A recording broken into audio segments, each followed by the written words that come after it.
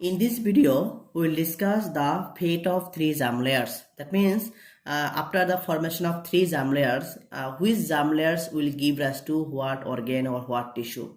But before going to that discussion, we'll have to know that when the gastrulation process has begun, or how will I know, or how will we know that gastrulation process has begun. Now, this is basically the formation of a structure which is known as primitive streak formation. Primitive streak formation. Primitive streak formation. But before that, we have seen all the processes and changes during gastrulation process and have also understood how these three germ layers are formed. Now we'll discuss that how the gastrulation processes began, or what is the sign or indication that gastrulation process has begun, and this is by the formation of primitive streak. Now we'll discuss how the primitive streak is formed and what is its significance. Now when we discuss about the embryonal disc, suppose this is the embryonal disc. This is the embryonal disc structure. Now in this case, we'll simply only draw the embryonal disc part. We are not concerned about the other part. Now what happens from the both ends, from this end also and from this end also, from both end there will be some depression. In the middle part or the central part, there will be some depression, and as a result it will give rise to a certain structure like that. There will be some depression, right? And there are the cells of embryonal disc. There is the cells of embryonal disc. Now, this depression which is formed as a result of the inward pull of the embryonal disc is nothing. It is called the primitive streak. This depression is known as the primitive streak. The primitive streak. Primitive streak. Primitive streaks. Right? Now, at the topmost position of the embryonal disc, there is a bulging part. There is a bulging part, and this bulging part of the primitive streak is known as primitive nove. It is known as primitive nove, right? Now this is how the primitive streak is formed, and when the primitive streak is formed, then it is said that the gastrulation process has already begun. Now question arises, what is the significance of primitive streak, or why is it formed? The significance of primitive streak is that it determines the bilateral symmetry. It determines the bilateral symmetry. That means from which end the symmetry will be shown or will start will be decided by the formation of primitive streak, right? তো আমি কি গম পালো যে এইটো ভিডিওত আমি তিনটা জাম layer তার বিষয়ে অধ্যয়ন কৰিম, কিন্তু সেই জাম লেয়াৰৰ বিষয়ে অধ্যয়ন কৰাৰ আগতে আমি জানিব লাগিব যে গেষ্ট্ৰুলেশ্যন প্ৰক্ৰিয়াটো কেতিয়া আৰম্ভ হোৱা বুলি ধৰিব পাৰি। গেষ্ট্ৰুলেশ্যন প্ৰচেছটো আমি জানো গেষ্ট্ৰুলেশ্যন প্ৰচেছত কি কি প্ৰক্ৰিয়া হ'ল, কেনেকুৱা ধৰণৰ চেঞ্জ হ'ল, তাৰ পৰা কেনেকুৱা ধৰণৰ তিনিটা জাম লেয়াৰৰ সৃষ্টি হ'ল, আমি এইবিলাক গোটেই জানিলো। এতিয়া কথা হ'ল এই যে কেনেকৈ আৰম্ভ হ'ল, মানে আৰম্ভ হোৱা বুলি আমি কেনেকৈ গম পাম? আমি গম পাম এটা ষ্ট্ৰাকচাৰৰ সহায়ত, যাক ক'ব প্ৰিমিটিভ ষ্ট্ৰিক। যেতিয়া প্ৰিমিটিভ ষ্ট্ৰিক ফৰ্মেশ্যন হ'ল, তাৰমানে আমি ক'ম যে গেষ্ট্ৰুলেশ্যন প্ৰচেছটো আৰম্ভ হৈছে।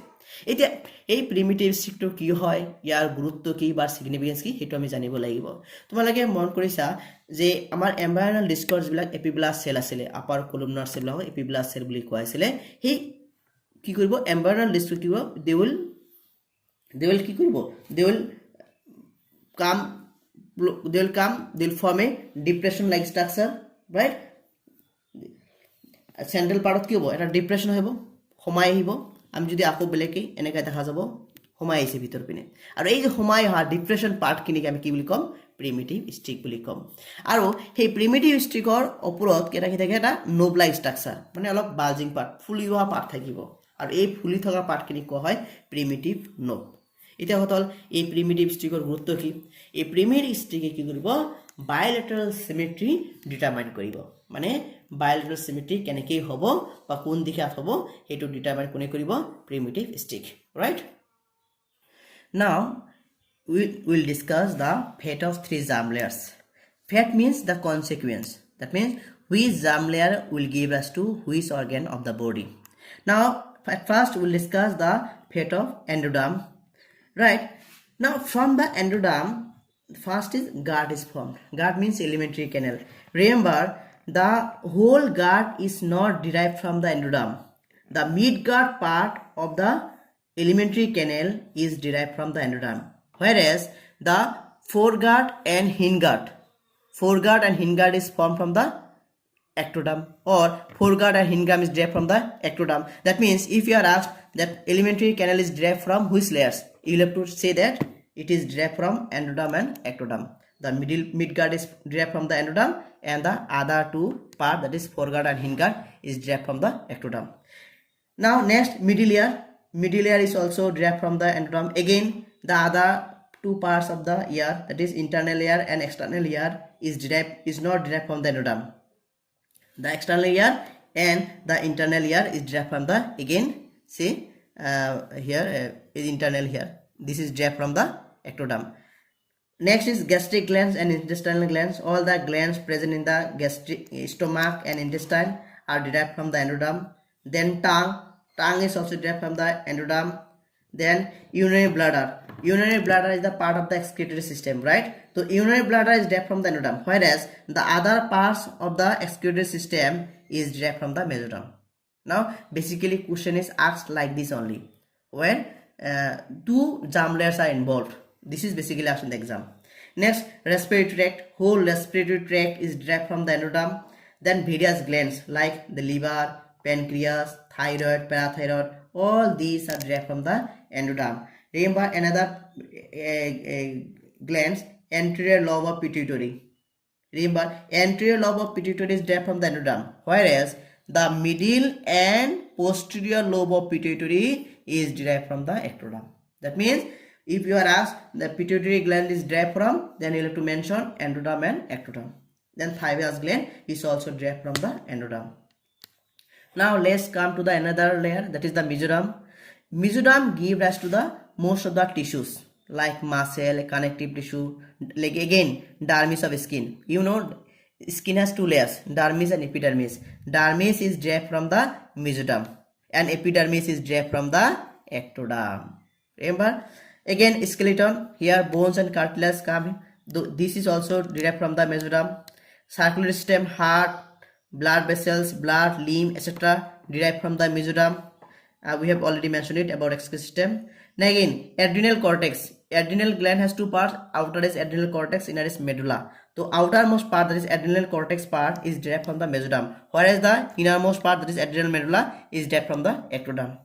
Then most part of the reproductive system, most of the parts of the reproductive system are derived from the mesoderm. Now let's come to the ectoderm. I have already mentioned about guard. The foreguard and hindguard is derived from the ectoderm. Epidermis already mentioned. Sense organs, eye, retina, conjunctiva, etc. all are derived from ectoderm. Then brain and spinal cord, right? These are also derived from the ectoderm. Nasal chamber derived from ectoderm. I have already mentioned, and this already have mentioned. So ইয়াত আমি কি চালো যে তিনিটা germ layer, that is মেজোডাম আৰু এক্টোডামৰ পৰা শৰীৰৰ কোনটো অংগৰ সৃষ্টি হয় সেইটো আমি ইয়াত জানি আছো। তো এই চোৱা আমাৰ কিছুমান ইয়াত আমি বস্তু দেখা পাম যে এটা অৰ্গেন বা এটা ষ্ট্ৰাকচাৰৰ এটা পোৰ্শন এটা লেয়াৰৰ পৰা সৃষ্টি হৈছে আৰু আন এটা পোৰ্শন আন এটা লেয়াৰৰ পৰা সৃষ্টি হৈছে। গতিকে পৰীক্ষাত বেসিক্যালি সেইবিলাক বস্তুই সোধা হয়, অলপ কমপ্লিকেটেড হয়। বহুতেই ভাবিব গাট মানে আমাৰ এন্ডোডাম, কিন্তু পৰীক্ষাত সুধি দিয়ে জেনেৰেলি, কিন্তু সুধি দিয়ে তুমি বহুত লিখিবা মিডগাৰ্ড বুলি, এন্ডোডামৰ পৰা ডিৰাইভ হোৱা বুলি, কিন্তু নহয় এক্টোডামৰ পৰা ডিৰাইভ হয়। তো এইবিলাক কনফিউজ কৰাৰ কাৰণে দিয়ে। ঠিক তেনেকুৱা আমি চাই লোৱা ইউৰিনাৰী ব্লাডৰ ক্ষেত্ৰত একেই কথা। ইউৰিনাৰী ব্লাডাৰ যদি এক্সক্ৰিটৰি সিস্টেমৰ পাৰ্ট হয় কিন্তু এন্ডোডাৰ্মৰ পৰা ইউৰিনাৰী ব্লাডাৰ ড্ৰাইভ হয় কিন্তু এক্সক্ৰিটৰি চিষ্টেমৰ আদাৰ পাৰ্টছবিলাক ক'ৰ পৰা ড্ৰাইভ হয় মিজোৰামবিলাক এইবিলাক চাই ল'বা নেক্সট গ্লেন্সৰ ক্ষেত্ৰত একেই কথা পিটুইটাৰীৰ ক্ষেত্ৰত এন্ট্ৰি লবটো এন্ডোডাৰ্মৰ পৰা হয় অথচ বাকীবিলাক মিডিল আৰু পোষ্টেৰিয়ৰ লবখিনি ক'ৰ পৰা সৃষ্টি হৈছে এক্টোডাৰ্মৰ সৃষ্টি হৈছে মেজোৰামে বেসিক্যালি কি কৰে বেছিভাগ টিস্যু মেজোৰামৰ পৰা ড্ৰাইভ কৰা হয় right circulatory system heart blood vessel blood lymph এইবিলাক মেজোৰামৰ পৰা সৃষ্টি হয় এড্ৰিনাল গ্ৰন্থি আকৌ যেটো আউটাৰ পাৰ্ট কৰ্টেক্স সেইখিনি আকৌ মেজোৰামৰ সৃষ্টি হয় আৰু ভিতৰৰ পাৰ্ট মেডুলাখিনি আকৌ এক্টোডাৰ্মৰ সৃষ্টি হয় আৰু ৰিপ্ৰডাক্টিভ সিস্টেমৰ বেছিভাগ অংশই মেজোৰামৰ পৰা সৃষ্টি হয় আৰু এক্টোডাৰ্মৰ ক্ষেত্ৰত আমি নতুন কি পালো সেন্স অৰ্গানবিলাক যেনেকুৱা brain spinal cord retina conjunctiva এইবিলাক গোটেইখিনি এক্টোডাৰ্মৰ পৰা সৃষ্টি হয় nasal sample ectodermal সৃষ্টি হয় now in this video you have come to know the initiation sign of gastrulation that means which sign indicates that gastrulation process has begun and the fate of all the three germ layers that means which germ layer is giving rise to which organ or tissue or part of the body so basically this is very important for the exam point of view basically in the computer exams frequently this question is asked directly question is asked urinary bladder is derived from which layer excretory system is derived from which layer so you go through all this and you will remember all the germ layers and all the parts which give us to various organs and tissues right so in the next video we'll come to the next part of the topic thank you so much